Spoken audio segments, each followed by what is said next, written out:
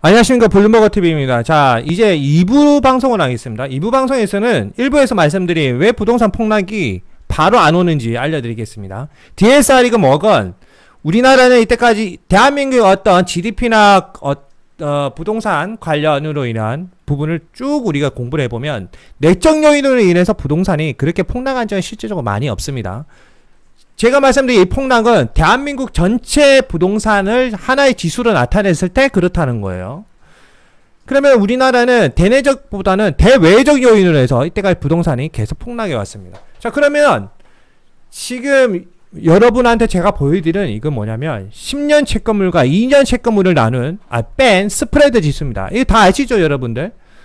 당연히 이제 저를 알고 계시는 제 주위의 형님분들이나 그런 어떤 많은 분들한테도 제가 분명히 2020년경에 뭔가 터진다고 분명히 말씀드렸어요. 그 이유는 스프레드 지수, 음영, 이걸 보고 추측을 드렸어요. 자, 10년, 2년물을 보면 지금 이 자료는 그렇지만 10년과 5년물을 봐도 음영으로 접어듭니다. 그렇게 보는 또 방법이 또 따로 있어요. 그러면 지금과 비슷한 이런 음영에 접어들려면 언제 2023년에서 24년이라는 거죠. 차트 흐름상을 봤을 때는. 그러면 지금 우리는 대략 한 이쯤에 있다. 스프레드 값을 봤을 때. 그럼 이쯤에 있는데 이 지수 값이 좋아질까요? 저는 나빠진다고 생각해요. 쭉 떨어지는데 이 음영 접어들고 나서 그 다음에 터지는 기간을 보면 우선은 제가 봤을 때 이렇게 스프레드 값이 음영 접어드는 기간은 우리가 대략 한 2005년쯤과 비슷하게 가고 있으니까 2005년에서 1년을 더하면 2022년 7월쯤 이게 이제 음영에 접어들겠죠. 음영에 접어들고 2023년 말쯤에 뭔가가 터진다는 거죠. 외적 요인으로. 아마 이때 가면 터진 게 뭘까요? 100% 금리죠. 100%. 그래서 제가 말씀드리는 겁니다. 일부 영상에서 말씀드린 대로 부동산 지금은 아니다. 지금은 오히려 더 오른다. 하지만 언제 터지냐? 대략 23년에서 24년, 맥스 길어봐야 25년이라는 거죠.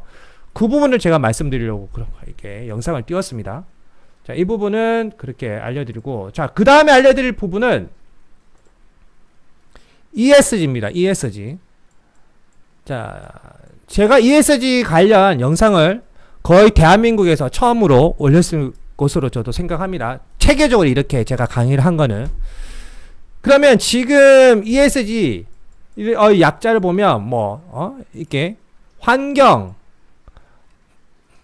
사회, 기구 이런 다양한 부분이 있잖아요. ESG. 그러면 쉽게 말해서 ESG가 더 쉽게 말하면 뭐냐? 선진국. 여러분들은 선진국 시민이라는 거예요. 선진국 시민. 선진국 시민으로서 갖춰야 되는 거. 그런 것들을 말을 하는 겁니다. ESG는. 그러면 우리가 지금 국가에서 아니면 글로벌적으로 ESG의 어떤 이념적인 거를 어떻게 말을 하냐면 외적인 것만 이야기하고 있단 말이에요. 이렇게 있으면 실제적으로 세상을 이루고 있는 거는 인간이다. 인간이 중심에 있고, 우선 신을 빼고 이야기를 합시다. 인간이 중심에 있고, 이때까지 인간이 어떤 사회의 문제를 많이 일으켰으니까 이 외적인 거를 보호하자 이 말이란 말이에요. 이 외적인 걸, 인간이 만들어낸 이 빨간색의 외적인 거를 보호하자 이 말이라는 거예요. 그러면 인간은 더 행복해질 수 있다. 그 말인데 그 말이 틀린 것도 아닙니다. 하지만은 최소 제 강의를 들으시는 분들은 이제는 이거는 당연한 거고 여기서 빠진 것이 있습니다. 본질에 빠졌다. 본질. 그 본질이 뭐냐? 사람이라는 거예요. 사람. 우리 순수 인간의 내적인 것도 ESG로 바꿔야 된다는 거죠. 그러면 이 부분을 어떻게 제가 강의를 할까 고민을 한 것이 뭐냐면 새마을 운동입니다. 새마을 운동. 잘 살아보세요. 잘 살아보세요. 우리도 한번 잘 살아보세요. 박정희 때부터 스포츠 문화가 엄청나게 발전했습니다. 그리고 전두환 때 거의 꽃을 피웠고요. 맞죠? 그러면 당연히 이것도 정치적 포퓰리즘, 시선을 돌리기 위해서 특히 전두환 때는 거의 스포츠가 그냥 난리가 났었죠. 특히 야구. 자, 이 말을 왜 하냐면 이때의 어떤 정치적 포퓰리즘으로 다시 흘러간다고 저는 생각을 해요. 우리는 외적인 걸 너무 중요시합니다. 전 세계가. 그렇게 해야 외적으로 뭔가를 해야 드러나니까. 하지만 오히려 반대로 마이너스 영역에 들어가는 건 순수 우리 인간의 본질이라는 거죠. 인간의 본질. 모두가 외적인 걸 외칠 때 당연히 외적인 걸 외쳐야 되지만 그거에 앞서서 여러분들이 착각하고 있는 게 바로 자기 자신이라는 겁니다. 이 외적인 걸 가꾸기 위해서는 나 자신부터 건강해야 된다는 거죠. 건강한 육체, 건강한 정신. 즉 이게 뭡니까? 스포츠라는 거예요. 스포츠. 지금 코로나 때문에 그리고 델타 변이도 제가 다 강의해드렸죠. 아마 그것도 대한민국에서 거의 제가 최초라고 생각합니다. 델타 변이도 3월 달에 다 강의했어요. 난리 난다. 어디서부터 영국부터 다 죽어난다. 막 나오고 있죠. 이 스포츠 문화가 다시 대세가 될 거라고 저는 생각합니다. 건강한 정신에 건강한 육체, 건강한 육체에 건강한 정신. 이것이 완성이 되어야 실제적으로 ESG는 완성이 되니까요. ESG가. 왜? 사람이 건강을 해야 나무라도 한 뿌리 더 심을 거 아닙니까? 맞죠? 지금은 아니라는 거죠. 지금은 아니지만 이런 전인교육의 패러다임이 바뀐다는 거죠. 이때까지 전인교육하면 어떤 나가 아닌 외적인 것을 더 소중하게 이렇게 생각을 하지만 이 전인교육의 개념이 바뀐다고 저는 생각합니다. 그 전에 외적인 건 당연히 하지만 이거는 부수적인 거고 실제적으로 나란 존재는 뭔가 제 강의를 들으는 여러분의 스스로의 존재는 뭔가를 더 깊게 고찰을 해야 된다는 거죠. 삶이란 무엇인가? 인문학의 도래. 내가 왜 사는가? 내 옆에 있는 사람을 내가 왜 사랑을 하는지, 내 옆에 있는 강아지를 왜 사랑을 하는지, 그런 개념. 나는 무엇인가를 생각하는 그런 책들이 대박을 친다는 거죠. 그런 건전한 사고를 하기 위해서 가장 첫 번째 중요시 되는 것이 의식이 아니라 내 육체를 건강하게 한다는 거예요. 내 육체를 건강하기 위한 스포츠가 대세가 된다. 스포츠가. 운동.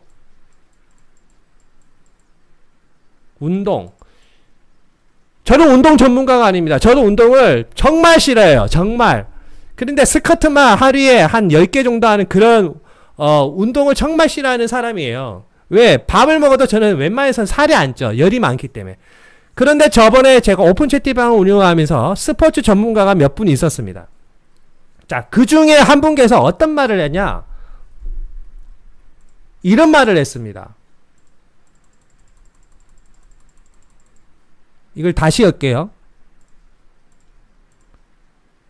당연히 그때 가르칠 때 이제 용어는 스승님이라고 다 하죠. 근데 제가 대단한 사람은 아니야. 그냥 무료로 가르치니까 그런 용어는 들어야 안 되겠어요? 자, 하여튼 그 중에 한 분이 이런 말씀을 하셨습니다. 국가대표는 그냥 탄생하는 것이 아니다. 일반 사람들은 알 수 없는 개념입니다. 일반 사람들은 국가대표는 미친 듯이 운동을 하고 그 다음에 체계화된 식단을 이렇게 먹는 이런 개념으로 인해서 국가대표가 탄생한다고 생각하지만 그 뒤에서 땀 흘리며 노력하는 사람들이 있다. 그 사람들은 이 사람들이 운동을 하고 나서 뭉친 젖살을 풀어줍니다. 젖산. 그리고 누군가는 국가대표가 음식을 먹고 나서 소화불량 걸렸을 때 소화가 잘 되도록 하는 그런 부분을 또 누군가는 맞습니다. 그걸 뭐라 하죠? 하여튼 이렇다는 거죠. 중요한 건 이 젖산을 풀어주는 이 부분. 쉽게 말해 도수치료죠. 도수치료. 도수치료의 핵심이 거의 어떻게 보면 막힌 혀를 뚫어주고 젖산, 이게 뭉친 근육을 풀어주는 이런 개념이잖아요. 젖산을 풀어준다. 저는 전문가가 아니라서 자세히는 모르겠습니다. 제가 배운 거는 대략적인 이런 개념이 아닌가. 이런 사업이 대박 난다는 거죠. 물리치료사. 물리치료사. 그리고 이 젖산을 풀어주는 이런 근육에 쌓인 젖산을 풀어주는 스포츠 어떤 그런 파생 산업, 파생 산업이라고 할게요.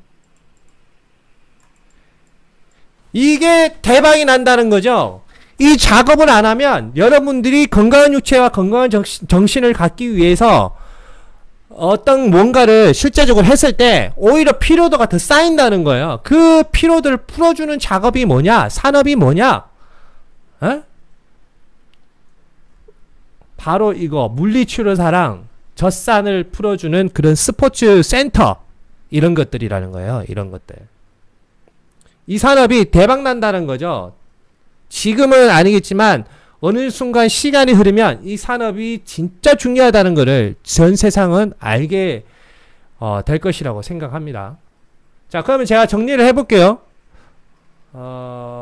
조금 전에 10년과 2년 스프레드 지수를 이용을 해서 부동산이 왜 아직 안 터지는지를 정확하게 알려드렸고, 그 다음에 ESG의 핵심, 우리는 이때까지 ESG라고 하면 외적인 것, 환경사회 구조, 외적인 것이 중요하다. 왜? 우리는 선진국 시민이기 때문에. 하지만 언론이나 그런 논문에서 말하는 ESG는 그냥 외적인 실적 보여주기 위한 쇼라는 것 뿐이라는 거죠.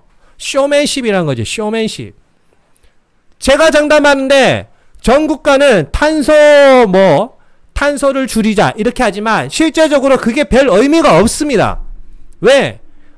흑점이 폭발하는 상황에서 백날 인간이 탄소를 줄이기 위해 노력을 해도 어차피 뜨거운 열로 인해서 북극에 있는 어떤 그 빙하들은 더 녹을 수밖에 없어요.